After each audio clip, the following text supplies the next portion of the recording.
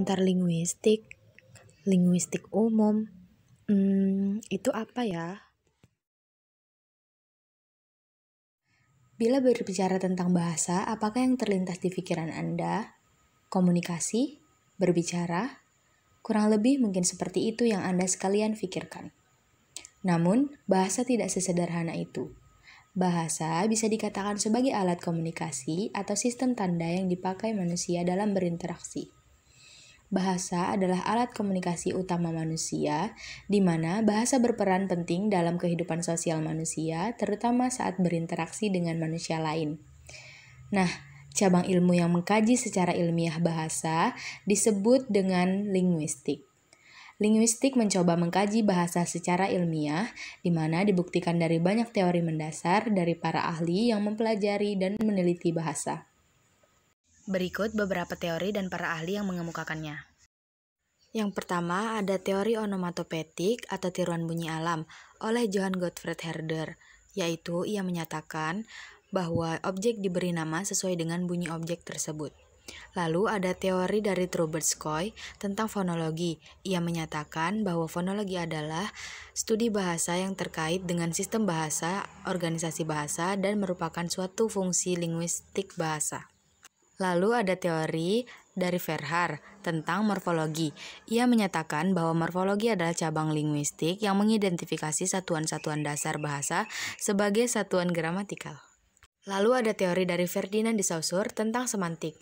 Ia menyatakan bahwa semantik adalah ilmu yang mempelajari hubungan antara tanda-tanda linguistik dan hal-hal yang ditandainya. Ia menyatakan pula bahwa semantik adalah ilmu yang mempelajari tentang makna dan arti. Linguistik memiliki objek kajian yaitu bahasa, di mana bahasa dikaji dengan melihat beberapa komponen pembentuknya, seperti dalam konteks pengucapan yang diteliti pada bunyinya, lalu dalam konteks makna dapat diteliti pada kata penyusun kalimat tersebut. Linguistik juga terbagi atas linguistik umum dan linguistik khusus. Bahasa termasuk salah satu bentuk budaya yang sangat beragam jenisnya. Seperti di Indonesia, terhitung pada tahun 2020 ada sekitar 718 bahasa yang tersebar di 34 provinsi di seluruh Indonesia. Nah, dalam kajian linguistik umum, bahasa akan dikaji secara umum atau keseluruhan tanpa terikat. Lalu, pada linguistik khusus, bahasa akan dikaji secara khusus atau menitik beratkan pada satu bahasa saja.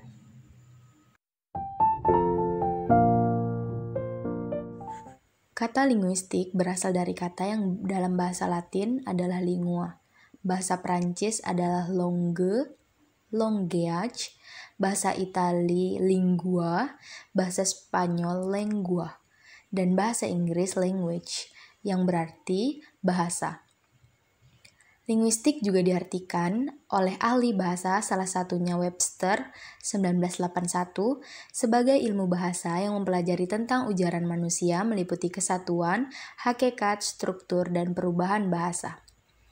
Ahli sosiolinguistik Wardhauk 1973 juga menjelaskan bahwa linguistik adalah studi atau kajian bahasa secara ilmiah. Dapat dikaji secara ilmiah karena ilmu bahasa atau linguistik ini telah memenuhi beberapa syarat, yaitu eksplisit atau jelas, tidak samar, dan mempelajari rumusnya dapat menuntun kita ke dalam suatu pemahaman yang baru. Lalu, ilmu linguistik ini juga sistematik atau memiliki keberaturan, dan objektif atau memiliki sifat terbuka. Lalu, di sini kita akan membahas tentang apa itu mata kuliah pengantar linguistik umum. Pengantar linguistik umum adalah mata kuliah yang studinya mempelajari bahasa sebagai objeknya, untuk mendapatkan pemahaman atau pengertian tentang gejala bahasa secara umum. Linguistik umum mempelajari berbagai lapis bahasa untuk mendapatkan bentuk fisik dari ekspresi gejala bahasa. Karena penyelidikan bahasa selalu meliputi implementasi bahasa dalam suatu masyarakat. Di sini, linguistik memberikan gambaran bahwa kajian bahasa berguna untuk mengungkapkan bahasa sebagai sistem lingual dan sebagai alat komunikasi. Struktur internal dan pola pemakaian bahasa perlu diungkapkan agar bahasa dan ilmu bahasa dapat bertemu pada titik pemahaman yang lebih komprehensif.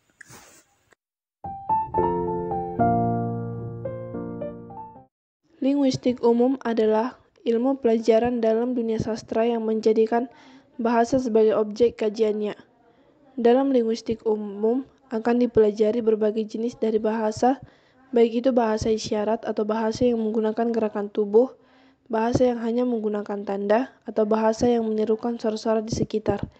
Dalam kajian linguistik umum, kita akan mengetahui jika ternyata bunyi suara hewan yang sama akan berbeda di beberapa tempat atau negara. Tanda penunjuk yang biasa kita lihat juga bisa memiliki arti yang berbeda. Inilah yang akan kita ketahui dan ilmu yang akan kita pelajari atau tambahkan dalam keseharian kita.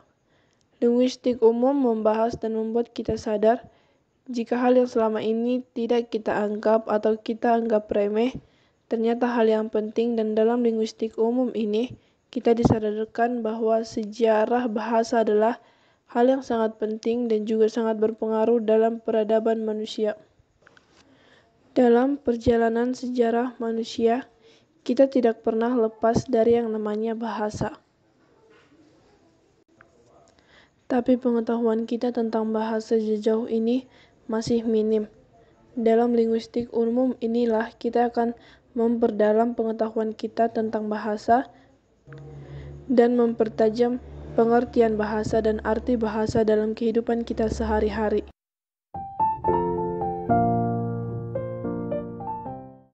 Pelajaran yang dipelajari dalam linguistik umum.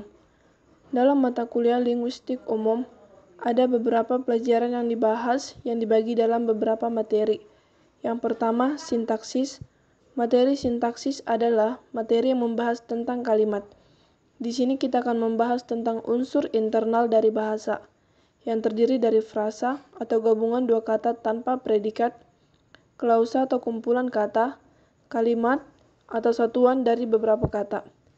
Kita juga akan mempelajari tentang pola kalimat yang terdiri dari S, P, O, K, yang dimana S sebagai subjek, P sebagai predikat, O sebagai objek, dan K sebagai keterangan. Pola ini tidak harus lengkap untuk membentuk sebuah kalimat, tapi bukan berarti jika salah satu di antaranya bisa berdiri sendiri tanpa hal lainnya. Kita juga akan mempelajari tentang kelas dan juga peran dari sebuah kalimat. Yang kedua, penggunaan bahasa dalam media elektronik atau online. Mengingat masa kita sekarang yang sudah dipenuhi dengan media sosial, kita juga akan diajari tentang penggunaan bahasa yang baik dan benar saat sedang bermedia sosial. Dalam media sosial, ada beberapa jenis gaya bahasa yang sering digunakan, dan itu adalah gaya bahasa sarkasme atau kata-kata kasar yang bertujuan untuk menjatuhkan lawan bicara dan juga untuk mengungkapkan kebencian. Dan yang jenis lainnya adalah gaya bahasa yang mencampurkan bahasa daerah dan bahasa Indonesia atau yang sering disebut sebagai interferensi, yang memiliki tujuan untuk membingungkan lawan bicara yang berasal dari daerah yang berbeda, atau bisa juga untuk menyampaikan semacam kode di mana hanya dia dan sesamanya yang tahu. Ketiga, semantik. Semantik adalah materi linguistik umum yang membahas tentang lambang atau tanda dan juga makna. Semantik dibagi dalam beberapa jenis lagi, yaitu semantik fonologi, semantik morfologi, semantik sintaksis, semantik wacana, semantik leksikal dan gramatikal, dan semantik konseptual. Keempat, pragmatik. Dalam materi tentang pragmatik akan dibahas tentang keterikatan konteks, bahasa, dan juga maksud dari penutur. Dalam tindak tutur juga dipecah lagi yang menjadi lokusi atau informasi dan ilokusi atau tindakan. Kelima, konsep bahasan dan media. Di zaman sekarang ini, yang memiliki kekuatan adalah media. Kenapa? Karena dengan mengupload apapun dalam media sosial, maka akan dengan cepat menyebar dan dapat dengan mudah mengumpulkan kekuatan di tengah-tengah masyarakat. Tapi kita juga harus menggunakan bahasa baik, karena dengan bahasa yang kita gunakan, maka kita akan melihat reaksi dari masyarakat entah itu mendukung atau tidak.